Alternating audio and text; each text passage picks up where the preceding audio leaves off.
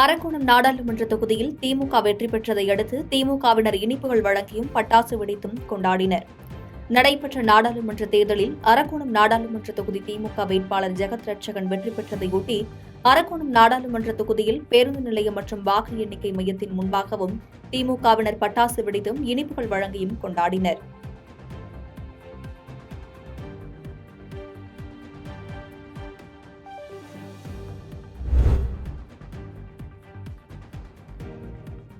விடுதலை சிறுத்தைகள் கட்சி 2 நாடாளுமன்ற தொகுதிகளில் வெற்றி பெற்று அங்கீகாரம் பெற்றதையொட்டி பட்டாசுகள் வெடித்தும் இனிப்புகள் வழங்கியும் கொண்டாடினர்.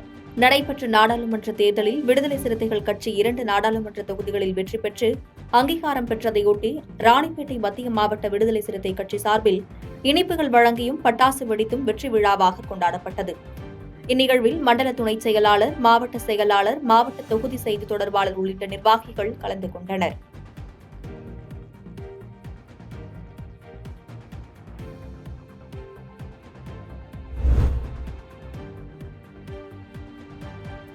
திருநெல்வேலியில் கார்பருவ சாகுபடிக்காக பாபநாசம் காரையார் அணையில் இருந்து மாவட்ட ஆட்சியர் தண்ணீர் திறந்து வைத்தார். ஆண்டுதோறும் ஜூன் 1ஆம் தேதி கார்பருவ சாகுபடிக்காக காரையார் நீர்த்தேக்கத்தில் இருந்து தண்ணீர் திறந்து விடப்படுவது வழக்கம். இந்நிலையில் வடகிழக்கு பருவமழை பொய்த்ததன் காரணமாக அணையின் நீரிருப்பு மிகவும் குறைந்து காணப்பட்டது. இந்நிலையில் 143 அடி கொள்ளளவு கொண்ட காரையார் அணையின் நீர்மட்டம் 75.95 அடியாகவும் அணைக்கு நீர்வரத்து 472 கன அடியாகவும் உள்ளது. இந்நிலையில் தமிழக ஆளுநரின் ஆணைப்படி பாபநாசம் காரையார் அணையில் இருந்து இன்று முதல் 120 நாட்களுக்கு 18,090 ஏக்கர் நேரடி மற்றும் மறைமுகமாக விவசாய நிலங்கள் பாசனம் பெறும் வகையில் அணையில் இருந்து தண்ணீர் திறக்கப்பட்டுள்ளது. இதனை திருநெல்வேலி மாவட்ட ஆட்சியர் காப்பா கார்த்திகேயன் திறந்து வைத்தார். மேலும் அணையில் நீர் இருப்பை பொறுத்து சுழற்சி முறையில் தேவைக்கு ஏற்ப திறந்து விடப்படும் என்றும் தெரிவிக்கப்பட்டுள்ளது.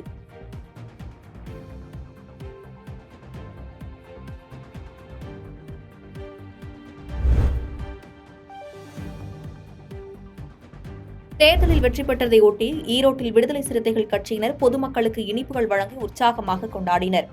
நடந்து முடிந்த நாடாளுமன்ற தேர்தலில் தமிழகம், புதுச்சேரி உட்பட 40 தொகுதிகளிலும் திமுக கூட்டணி மகத்தான வெற்றி பெற்றுள்ளது.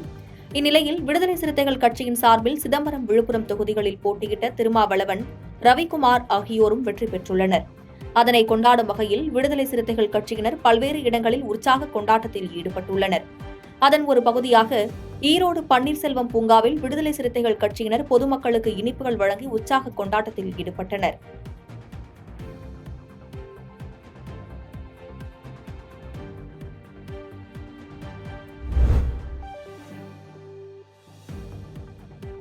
ஓமலூர் ஒழுங்குமுறை விற்பனை கூடத்தில் தேசிய அளவிலான மின்னணு கொப்பரை ஏலம் நடைபெற்றது.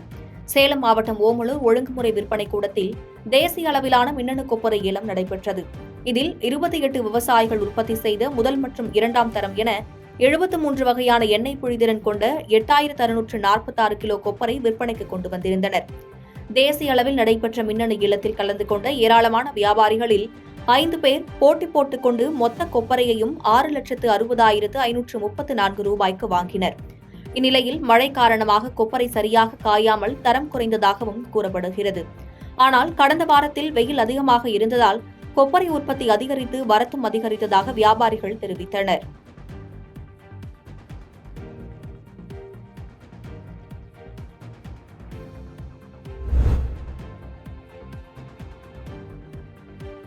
அண்ணாமலையால் தான் பாஜக பூஜ்ஜியத்தை அடைந்தது என்று வேலூரில் முன்னாள் சட்டமன்ற உறுப்பினரும் நடிகருமான SP சேகர் பேட்டியளித்துள்ளார். முன்னாள் மத்திய அமைச்சரும் மு.க. ஸ்டாலினின் சகோதரருமான மு.க. அழகிரியின் மகன் துரை தயாநிதி உடல்நலக்குறைவு காரணமாக உயர் ரக மருத்துவ சிகிச்சை மற்றும் பிசியோதெரபிக்காக வேலூரில் உள்ள தனியார் மருத்துவமனையில் கடந்த மார்ச் மாதம் முதல் அனுமதிக்கப்பட்டு சிகிச்சை பெற்று வருகிறார். அவரை இன்று திரைப்பட நடிகரும் முன்னாள் சட்டமன்ற உறுப்பினருமான SP சேகர் நேரில் சந்தித்து நலம் விசாரித்தார். பின்னர் செய்தியாளர்களை சந்தித்து பேசிய SP சேகர் 40க்கு 40 இடங்களில் திமுக கூட்டணி ஜெயித்துள்ளது. இந்தியா கூட்டணி அதிக இடங்களில் வெல்ல காரணம் திட்டமிடலும் ஸ்டாலினின் உழைப்பும் தான் என்று தெரிவித்த அவர், பாஜக 14% வாக்கு என்பது வளர்ச்சி இல்லை. அண்ணாமலை தலைமையில் பாஜக பூஜ்ஜியத்தை அடைந்துள்ளது என்று விமர்சித்து பேசினார்.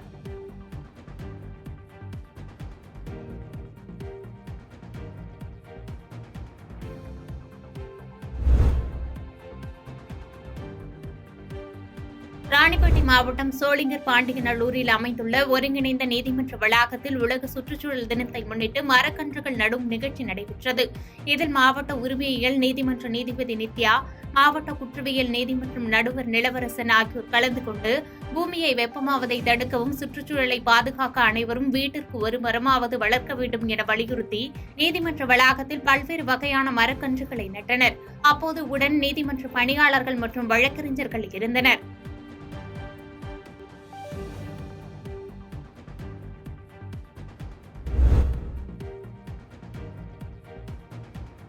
மக்களவைத் தேர்தலில் அதிமுக 40 தொகுதிகளிலும் தோல்வியை தழுவிய நிலையில் தென்காசியில் ஒட்டப்பட்டு இருக்கும் போஸ்டரால் பரபரப்பு ஏற்பட்டுள்ளது.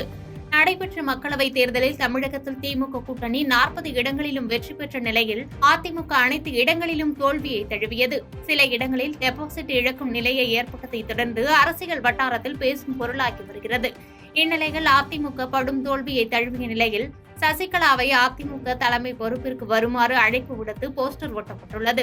கழகத்தை காக்க சின்னம்மா வர வேண்டும் எனவும், பொறுமை காத்தது போதும், தொடர் தோல்விகளில் இருந்து கழகத்தை மீட்டெடுத்து தலைமை ஏற்க வருமாறு சசிகலாவிற்கு தொண்டர்கள் அழைப்பு விடுக்கும் பாணியில் தென்காசி நகர் பகுதியில் ஆங்காங்கே போஸ்டர்கள் ஒட்டப்பட்டு இருப்பது அரசியல் வட்டாரத்தில் பரபரப்பை ஏற்படுத்தியுள்ளது.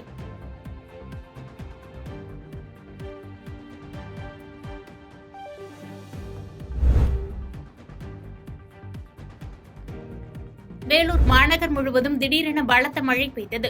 வேலூர், காட்பாடி, புதிய பேருந்து நிலையம், சத்துவாச்சாரி, விருப்பாட்சிபுரம், பாக்காயம், அண்ணா சாலை உள்ளிட்ட பகுதிகளில் 1 மணி நேரத்திற்கு மேலாக பெய்த கனமழையால் வெயிலின் தாக்கம் குறைந்து குளிர்ச்சியான சூழல் நிலவியது பொதுமக்களை சற்று நிம்மதியடைய செய்தது. பாதகம் செய்பவரை கண்டால் நாம் பயங்கொள்ளலாகாது பாப்பா, மோதி மிதித்து விடு பாப்பா, அவர் முகத்தில் உமிழ்ந்து விடு பாப்பா. அண்மை செய்திகளை உடனுக்குடன் தெரிந்து கொள்ள இணைந்திருங்கள் இயம்நாடு தொலைக்காட்சியுடன்.